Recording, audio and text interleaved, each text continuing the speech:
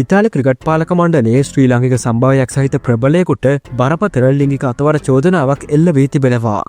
මෙම සිද්ධිය ආරම්භ වන්නේ පසුගිය වසරේ මාර්තු මාසයේදී.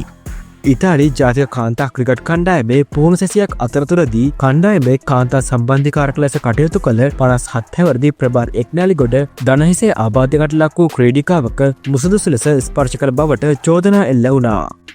කණ්ඩායමේ ස්ථානය අහිමිවේයිBM ඇය මුලදී මෙය හෙළි නොකළත් පසුව රෝම පොලිසිය වෙත නිල පැමිණිල්ලක් ඉදිරිපත් කර තිබෙනවා.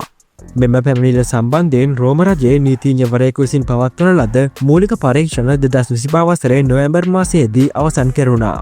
ඒ සමගම ඔහුව තනතුරෙන් තාවකාලිකව ඉවත් කිරීමට පාලක මණ්ඩලය පියවර ගත්තා. දෙසැම්බර් මාසයේදී පොලිසිය විසින් එක්නැලිගොඩගෙන් ප්‍රශ්න කළ අතර ඔහු එම සියලු චෝදනා ප්‍රතික්ෂේප කරමින් කියා සිටියේ මෙය කිසියම් යටි අරමුණක් සහිතව සිදු කරන ලද්දක් බවයි. කෙසේ වෙතත් මෙම පරීක්ෂණ පවතින අතරතුර පවා ප්‍රබත් එක්නැලිගොඩ ක්‍රිකට් ක්ෂේත්‍රයේ දෘශ්‍යමාන ලෙස පෙනී සිටීම දැඩි කතාබහට ලක් වුණා.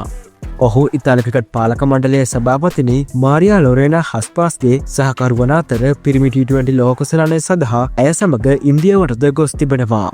එහිදී කොල්කටාහි ඉතාලි කොන්සල් කාර්යාලය පැවති නිල උත්සවයට පවා ඔහු සහභාගී වූ බවට සාක්ෂි BBC ස්පෝර්ට් සේවය අනාවරණය කළා.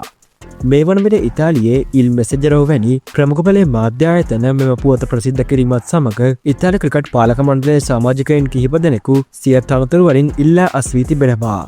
අධිකරණය ඉදිරියේ මෙම නඩුව විභාගයට ගැනීමට තරම් ප්‍රමාණවත් සාක්ෂි තිබියද යන්න පිළිබඳ තීරණය ඉදිරි දිනවලදී ලැබීමට නියමිතයි. ඉතාලිය ලෝක කුසලානයට සුදුසුකම් ලබා සිටින මෙවන් අවස්ථාවක පරිපාලනය තුළ සිදුවී ඇති මෙම අර්බුදය එරට ක්‍රිකට් ක්‍රීඩාවේ අනාගතයට කෙසේ බලපානු ඇද්ද යන්න පිළිබඳ ක්‍රීඩාලෝලින් විමසිල්ලෙන් පසුවනවා.